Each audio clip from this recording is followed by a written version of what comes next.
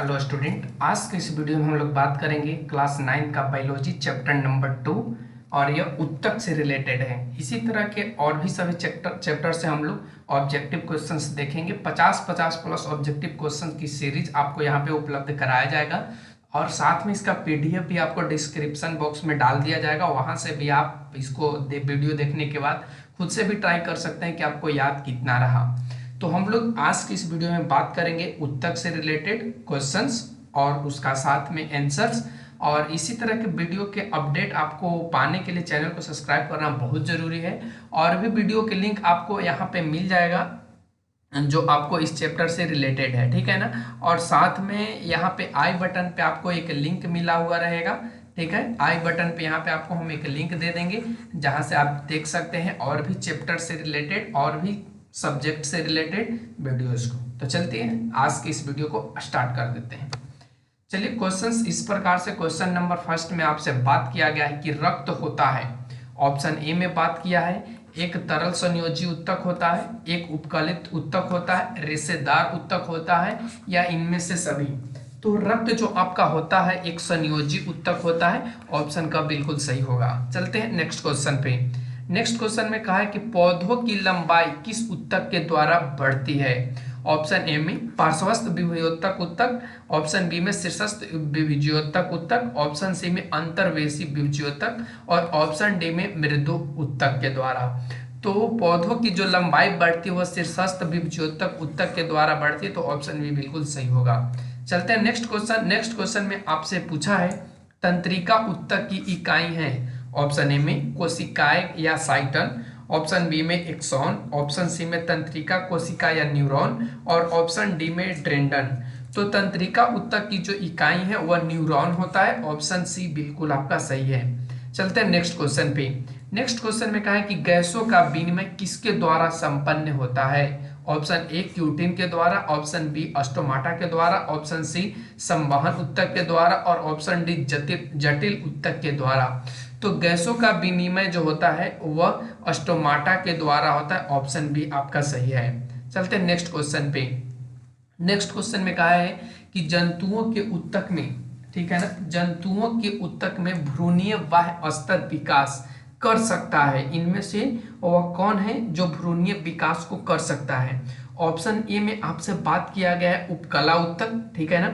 Option B में आपसे बात किया गया तंत्रिका उत्तक, ऑप्शन सी में आपसे बात किया गया है, यहां से ऑप्शन सी में बात किया गया संयोजी उत्तक और ऑप्शन डी में आपसे बात किया गया है ए और बी दोनों।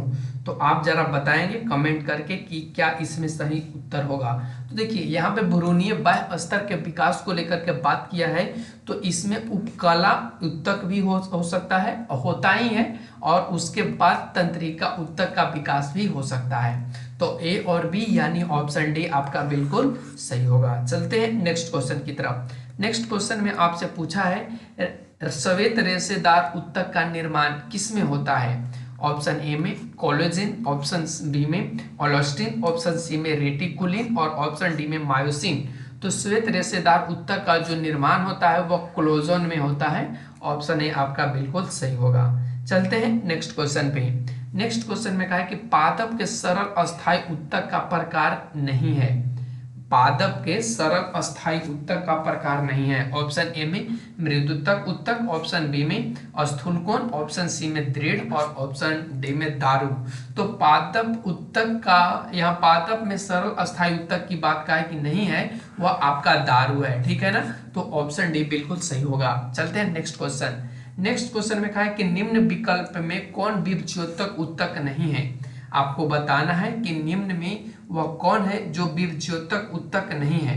ऑप्शन ए में आपसे यहाँ पे दिया गया है शीर्षस्थ उत्तक, ऑप्शन बी में आपसे बात किया गया है यहाँ पे अंतर्वेशी उत्तक, ऑप्शन सी में आपसे बात किया गया है पार्श्वस्थ उत्तक और ऑप्शन डी में स्थूलकोण उत्तक।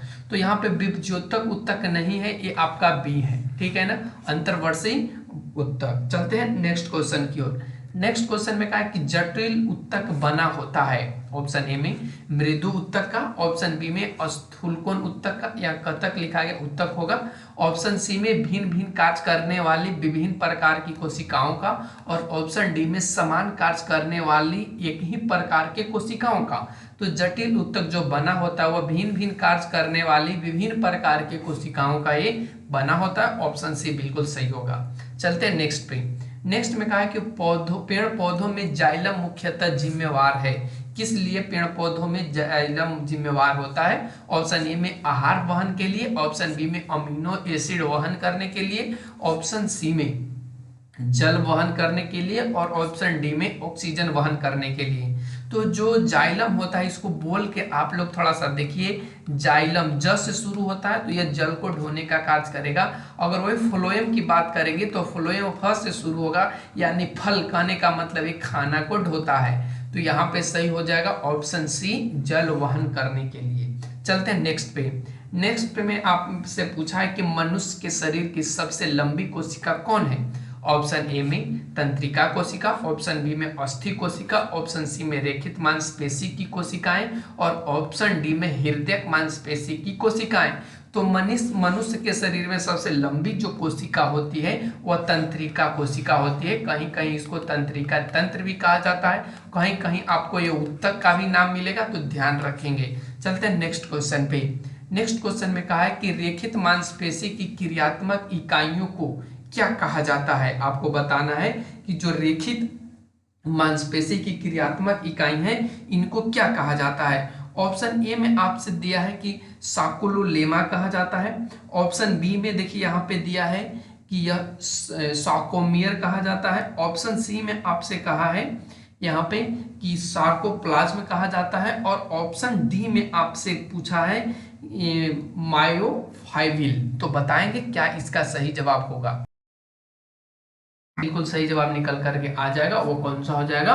ऑप्शन बी, ठीक है ना, ऑप्शन बी सार्कोमियर। चलते हैं नेक्स्ट क्वेश्चन पे। नेक्स्ट क्वेश्चन में कहा है कि हमारे शरीर की गति को कौन नियंत्रित करता है? हमारे शरीर की जो गति है उसको कौन नियंत्रित करता है? ऑप्शन ए में अरेखित मांसपेशी, ऑप्शन बी में हृदय मांसपेशी, ऑप्शन सी में रेखित मांसपेशी, और ऑप्शन डी में इनमें से कोई नहीं। तो हमारे शरीर की गति को नियंत्रित करने वाला जो मांसपेशी है उसका नाम है रेखित मांसपेशी। ऑप्शन सी सही होगा। चलते हैं नेक्स्ट क्वेश्चन की ओर। नेक्स्ट क्वेश्चन में कहा है इनमें कौन एक रक्त कोशिका है? जो ऑप्शंस दिया गया उनमें से आपको बताना है कि कौन एक रक्त कोशिका है। ऑप्शन ए में एरिथ्रोसाइटस साइट, ऑप्शन बी में लिम्फोसाइट, ऑप्शन सी में यहाँ पे थ्रोम्बोसाइट है, ठीक है ना, और ऑप्शन डी में इनमें से कोई नहीं, सॉरी ऑप्शन डी में दिया इनमें से सभी।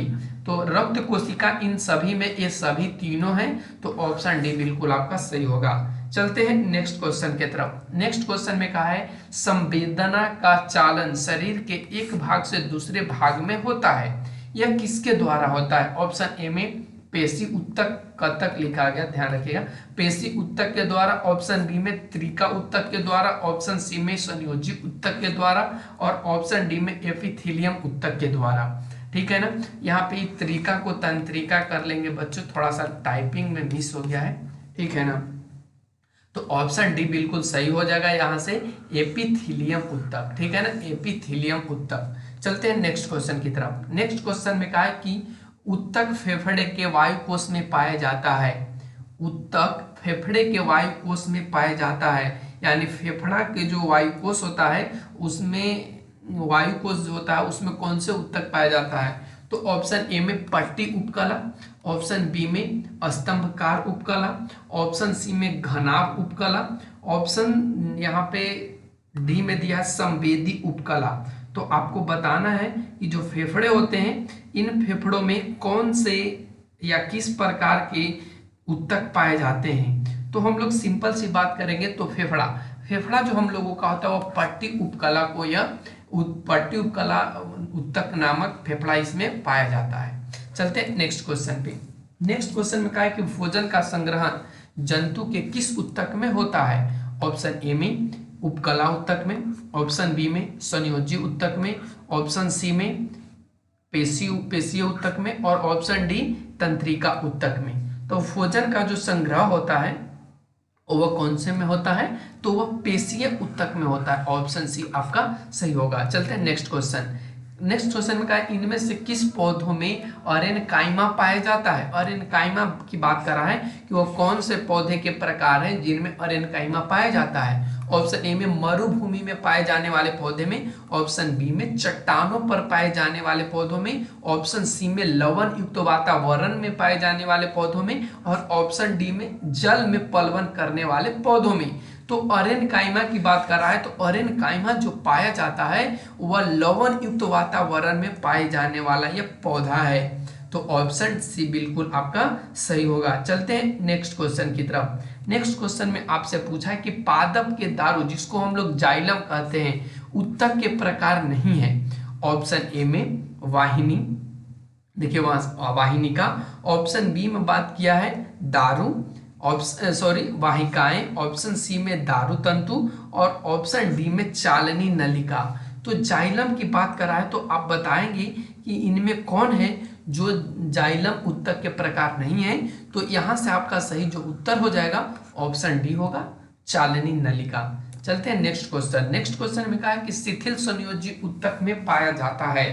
जो शिथिल संयोजक ऊतक है उसमें क्या पाया जाता है। क्या मैक्रोफेज पाया जाता है, प्लाज्मा कोशिका पाया जाता है, मास्ट कोशिका पाया जाता है, या इनमें सभी पाया जाता है। जो शिथिल संयोजी ऊतक है उनमें इन सभी चीजों का क्या होता है, उपलब्धता होती है। तो ऑप्शन डी बिल्कुल सही होगा। चलते हैं नेक्स्ट क्वेश्चन।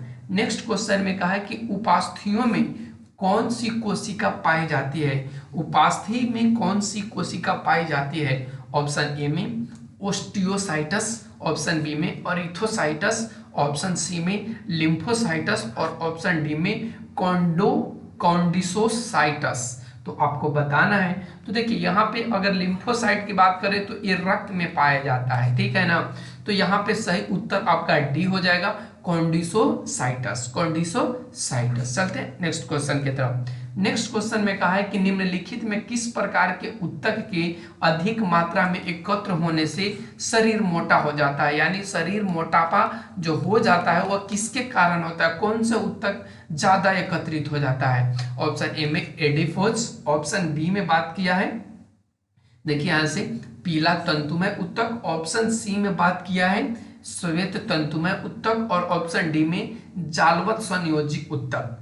तो यहाँ पे शरीर मोटा की बात करा है तो वह एडिपोज नामक जो ऊतक है उसकी मात्रा अधिक हो जाती है, तो शरीर मोटा हो जाता है। चलते हैं नेक्स्ट क्वेश्चन की तरफ। नेक्स्ट क्वेश्चन में कहा है ऑस्टियोब्लास्ट कोशिकाएं पाई जाती है।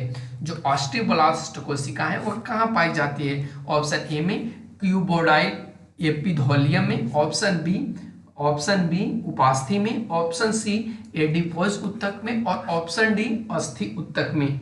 तो ऑस्टियोब्लास्ट कोशिका की बात कर रहा है तो ऑस्टियोब्लास्ट जो पाया जाता है वह अस्थि कोशिका में पाया जाता है। ऑप्शन डी बिल्कुल सही होगा। चलते हैं नेक्स्ट क्वेश्चन पे। नेक्स्ट क्वेश्चन में कहा है कि फाइब्रोब्लास्ट कोशिका कहाँ पाई जाती है। ऑप्शन ए में एपिथेलियम ऊतक में, ऑप्शन बी में तंत्रिका ऊतक में, ऑप्शन सी एरियोलर ऊतक में, और ऑप्शन डी पेशी ऊतक में। तो फाइब्रोब्लास्ट की बात कर रहा है तो ये जो फाइब्रोब्लास्ट पाया जाता है वह एरियोलर ऊतक में पाया जाता है। ऑप्शन सी बिल्कुल सही होगा। चलते हैं नेक्स्ट पे। नेक्स्ट में कहा है कि नाभि रज्जु है, नाभि रज्जु है। ऑप्शन ए में सलेस्मन संयोजी ऊतक, ऑप्शन बी में रेशेदार ऊतक, ऑप्शन सी में भ्रूणीय संयोजी ऊतक, और ऑप्शन डी में प्रौढ़ संयोजी ऊतक। तो नाभि जो रज्जु है वह प्रौढ़ संयोजी ऊतक आपका हो जाएगा घ। चलते हैं नेक्स्ट पे। नेक्स्ट में कहा है कि जन्म के बाद मानव के शरीर में, जन्म के बाद मानव के किस ऊतक में कोई कोशिका विभाजन नहीं होता है। ऑप्शन ए में कंकाल, ऑप्शन बी में संयोजी, ऑप्शन ग में तंत्रिका, और ऑप्शन घ में जनन। तो जन्म के बाद मानव के ऊतक की बात करा है तो ये आपका ग हो जाएगा तंत्रिका में, ठीक है ना। चलते हैं नेक्स्ट पे। नेक्स्ट में कहा है कि एक विशेष कार्य करने वाले समान कोशिकाओं के समूह को क्या कहते हैं। ऊतक कहते हैं, अंग कहते हैं, अंग तंत्र कहते हैं, या कोशिकीय संरचना कहते हैं। तो एक विशेष कार्य करने वाले समान कोशिकाओं के समूह को ऊतक कहा जाता है। ऑप्शन ए बिल्कुल सही होगा। चलते हैं नेक्स्ट पे। नेक्स्ट में कहा है कि तंत्रिका उत्तक की इकाई है। Option A cambium, option B neuron, option C कोशिकीय और ऑप्शन डी कोशिका। तो तंत्रिका उत्तक की जो इकाई होती है उसको हम लोग न्यूरॉन कहते हैं। ऑप्शन ख बिल्कुल सही है। चलते हैं नेक्स्ट पे। नेक्स्ट में कहा है कि पौधों में सबसे लंबी कोशिका कौन है। Option A parenchyma, option B sclereids, option C companion cell, option D यहाँ फाइबर रेशे या फाइबर। तो पौधों में जो सबसे लंबी कोशिका होती है वह रेशे या फाइबर होती है। ऑप्शन डी बिल्कुल सही है। चलते हैं नेक्स्ट पे। कॉर्क में किसके जमाव के कारण अतिरिक्त सुरक्षा उत्पन्न होती है, आपको बताना है। ऑप्शन ए में सुबेरिन, ऑप्शन बी में लिग्निन, ऑप्शन सी में रेजिन, ऑप्शन डी में टेनिन। तो यहाँ पे सही इसका उत्तर हो जाएगा सुबेरिन, ऑप्शन ए। चलते हैं नेक्स्ट पे। नेक्स्ट में कहा है कि वाहिनी एवं सखी कोशिकाएं, जिसको वाहिनी को वेसल्स भी कहा जाता है और यहाँ पे सखी कोशिका को कंपेनियन सेल भी कहा जाता है। तो आपको बताना है कि वाहिनी एवं सखी कोशिकाएं किसके जाइलम एवं फ्लोएम में पाई जाती है। वो कौन से जिनके जाइलम और फ्लोएम में ये दोनों पाई जाती हैं, सखी कोशिकाएं और वाहिनी कोशिकाएं। तो आप बताएंगे यहाँ से क्या इसका सही होगा, ठीक है ना। तो ऑप्शन ए में बात कर रहा है बायोफाइटा, ऑप्शन बी में बात किया टेरिडोफाइटा, ऑप्शन सी में बात किया है जिम्नोस्पर्म और ऑप्शन डी में एंजियोस्पर्म। तो वाहिनी एवं सखी कोशिकाएं जो पाई जाती है वह एंजियोस्पर्म में पाई जाती है। ऑप्शन डी बिल्कुल सही होगा। चलते हैं नेक्स्ट क्वेश्चन की तरफ। नेक्स्ट क्वेश्चन में कहा है कि पौधे के कुछ भाग मोड़ने पर बिना टूटे आसानी से मोड़े जा सकते हैं। कुछ भाग जैसे पत्ते और तने की एक नम्यता का कारण जिसकी बहुतायत को माना जा सकता है। ऑप्शन ए मृदुतक उत्तक, ऑप्शन बी श्लेषोत्तक उत्तक, ऑप्शन सी दृढ़तो उत्तक और ऑप्शन डी दारू या पोसावा। तो यहाँ पे मोड़ने और तोड़ने की बात किया है तो ये आपका कौन से के द्वारा होता है, तो ये दृढ़ उत्तक के द्वारा होता है। ऑप्शन सी बिल्कुल सही होगा। चलते हैं नेक्स्ट पे। नेक्स्ट में कहा है कि वह उत्तक जो द्वितीयक वृद्धि के लिए उत्तरदायी है वह कौन से है। ऑप्शन ए में जाइलम, ऑप्शन बी में बात कर रहा है फ्लोएम, ऑप्शन सी में बात किया कैम्बियम और ऑप्शन डी में बात किया कैक्टस। कौन सा सही हो जाएगा, तो ऑप्शन ए, ठीक है ना। ऑप्शन ए आपका बिल्कुल सही होगा, जाइलम। चलते हैं नेक्स्ट क्वेश्चन की तरफ। नेक्स्ट क्वेश्चन में कहा है कि पौधों में फ्लोएम मुख्यतः उत्तरदायी है। मतलब फ्लोएम क्या करता है। ऑप्शन ए में आहार वहन करता है, ऑप्शन बी में अमीनो अम्ल वहन करता है, ऑप्शन सी में ऑक्सीजन वहन करता है या जल को वहन करता है। तो अभी हमने आपको ट्रिक बताया था कि फ्लोएम मतलब फ और फ का मतलब आप लोग याद रखेंगे फल। तो यहाँ पे सही इसका उत्तर हो जाएगा कौन सा, आहार वहन करता है, भोजन को लेकर के यह चलता है। तो ऑप्शन ये आपका बिल्कुल सही होगा। चलते हैं नेक्स्ट पे। नेक्स्ट क्वेश्चन में कहा है कि निम्न में कौन कार्य के आधार पर विभज्योतक उत्तक नहीं है। ऑप्शन ए में मास मेरिस्टोम, ठीक है ना। ऑप्शन बी में आपसे पूछा है प्रोमेरिस्टेम, ऑप्शन सी में प्रोटोडर्म और ऑप्शन डी में अंतर्वर्षी। तो यहाँ पे कार्य के आधार पर विभज्योतक उत्तक नहीं है, वह कौन सा हो जाएगा, तो ऑप्शन डी अंतर्वर्षी। बाकी इन सभी कार्य के आधार पर ये सभी विभज्योतक उत्तक के ही उदाहरण हैं। चलते हैं नेक्स्ट क्वेश्चन में। नेक्स्ट क्वेश्चन में कहा है कि पादप में खाली जगह सरल अस्थायी उत्तक के प्रकार नहीं है। या यहाँ पे किस भी जोड़ सकता था, ठीक है ना, कि कौन या किस जोड़ सकता था, सरल उत्तक के प्रकार नहीं है। ऑप्शन ए में मृदुत्तक उत्तक, ऑप्शन बी में स्थूलकोण उत्तक, ऑप्शन सी में दृढ़ उत्तक और ऑप्शन डी में ग्राउंड मेरिस्टेम। तो सरल अस्थायी उत्तक के जो उदाहरण नहीं है या प्रकार नहीं है, ये आपका डी हो जाएगा, ग्राउंड मेरिस्टेम।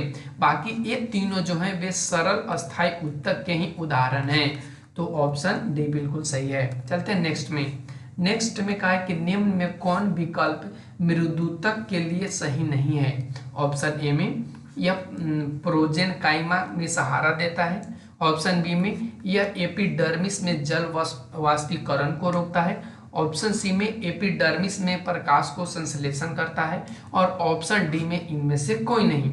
तो यहाँ पे सही इसका उत्तर ऑप्शन डी में दिया इनमें सभी। तो इन सभी ऑप्शंस में आपको देखने को मिलेगा कि यह जो मृदुतक उत्तक होता है वो प्रोजेन कायमा में भी सहारा देता है, वाष्पीकरण में भी करता है और प्रकाश संश्लेषण। तो ऑप्शन डी बिल्कुल सही है। चलते हैं क्वेश्चन नंबर आगे। क्वेश्चन नंबर आगे में कहा है कि काफी मोटे दीवार वाले मृत कोशिका से बना होता है। ऑप्शन ए में इंड तंतु से, ऑप्शन बी स्थूलकोण उत्तक से, ऑप्शन डी मृतक से और ऑप्शन डी इनमें से सभी। तो यहाँ पे काफी मोटे दीवार की बात कर रहा है, तो यह जो बना होता है वह इंड तंतु से बना होता है। ऑप्शन ए बिल्कुल सही होगा। चलते हैं नेक्स्ट पे। नेक्स्ट क्वेश्चन में कहा है कि शरीर का बाहरी और भीतरी रक्षक आवरण बनाते हैं। ऑप्शन ए में संवेदी उत्तक, यहाँ पे संवेदी उत्तक हो जाएगा। ऑप्शन बी में एपिथेलियम उत्तक, ऑप्शन सी में संयोजक उत्तक, ऑप्शन डी में कंकाल उत्तक। तो आप सभी बताएंगे क्या इसका सही होगा। तो यहाँ पे सही उत्तक हो जाएगा एपिथेलियम उत्तक। ऑप्शन ए बिल्कुल सही है। चलते हैं नेक्स्ट पे। नेक्स्ट में कहा है कि मृदुतक की कोशिकाओं के बीच पाए जाते हैं अंतर कोशिकीय स्थान, लिग्नन, सुब्रिन या तंतु। तो मृदक कोशिकाओं के जो बीच पाए जाते हैं वह कौन से पाए जाते हैं, तो सुब्रिन। ऑप्शन सी बिल्कुल आपका सही होगा। ठीक है ना, सॉरी यहाँ पे कहा है मृदुतक कोशिकाओं के बीच ना, तो ये अंतर कोशिकीय स्थान पाया जाता है बच्चों। यहाँ पे ऑप्शन ए बिल्कुल सही होगा। ठीक है ना, चलते हैं अब नेक्स्ट क्वेश्चन की तरफ। नेक्स्ट क्वेश्चन में आपसे पूछ लिया गया है कि जिस मृतक की कोशिकाओं में हरित लवक पाया जाता है उसे क्या कहते हैं। ऑप्शन ए में दृढ़ उत्तक, ऑप्शन बी में क्लोरीन काइमा, ऑप्शन बी में पर्ण हरित और ऑप्शन डी में स्थूलकोण उत्तक। तो जो मृतक कोशिकाएं होती हैं और उनमें हरित लवक पाई जाती है उन्हें हम लोग क्लोरीन काइमा कहते हैं। क्लोरीन काइमा। ऑप्शन बी बिल्कुल सही होगा। चलते हैं नेक्स्ट पे। नेक्स्ट में कहा है कि मूंगफली और बादाम के छिलकों में पाए जाते हैं हरित लवक पाए जाते हैं, अंतरकोशिकीय स्थान पाए जाते हैं, स्क्लेरोड्स पाए जाते हैं या चालनी पट पाए जाते हैं। तो मूंगफली और बादाम के जो छिलकों में पाए जाते हैं वो स्क्लेरोड्स पाए जाते हैं। ऑप्शन सी आपका सही होगा। चलते हैं नेक्स्ट पे। नेक्स्ट क्वेश्चन में कहा है कि कॉर्क कोशिकाओं में पाया जाता है लैक्टेस, सेलुलोज, सुब्रिन या लिग्निन। तो कॉर्क कोशिकाएं होती हैं उनमें सुब्रिन पाए जाते हैं। ऑप्शन सी बिल्कुल सही है। नेक्स्ट क्वेश्चन में कहा है कि मृदु उत्तक एक प्रकार है, सरल उत्तक है, जटिल उत्तक है, विभज्योतक उत्तक है या इनमें से कोई नहीं। तो यहाँ पे आपको पूछा है कि मृदुतक जो होता है वो प्रकार होता है सरल उत्तक का। ऑप्शन ए आपका सही होगा। चलते हैं नेक्स्ट में। नेक्स्ट में कहा है कि जीवित कोशिकाएं पाई जाती है मृदुतक उत्तक और दृढ़ उत्तक में, दृढ़ उत्तक और स्थूलकोण उत्तक में। ऑप्शन सी में मृदुतक उत्तक और स्थूलकोण उत्तक और ऑप्शन डी में मृदुतक उत्तक, दृढ़ उत्तक और स्थूलकोण उत्तक। तो जीवित जो कोशिकाएं पाई जाती है वो मृदुतक उत्तक में और किसमें, स्थूलकोण उत्तक में। ऑप्शन सी आपका सही होगा। चलते हैं नेक्स्ट में। नेक्स्ट में कहा है कि विभाजन की क्षमता होती है विभज्योतक कोशिकाओं में, अस्थायी कोशिकाओं में, नाभिक कोशिकाओं में या ऑप्शन डी में आपसे कहा है इन सभी में। तो विभाजन की जो क्षमता होती है वो विभज्योतक उत्तक में पाई जाती है। ऑप्शन ए आपका सही है। नेक्स्ट में कहा है कि किन कोशिकाओं की भित्ति लिग्नन के कारण मोटी हो जाती है। ऑप्शन ए में मृदुतक उत्तकी, स्थूलकोण उत्तकी, दृढ़ उत्तकी या विभज्योतक उत्तकी। तो लिग्नन के कारण जो मोटी हो जाती है वो आपका दृढ़ उत्तक में हो जाती है। ऑप्शन सी आपका सही है। चलते हैं नेक्स्ट में। नेक्स्ट में कहा है कि किसके द्वारा मिट्टी से जल और खनिज लवण पत्तियों तक पहुंचता है। ऑप्शन ए में जाइलम, फ्लोएम, जाइलम और फ्लोएम दोनों और इनमें से कोई नहीं।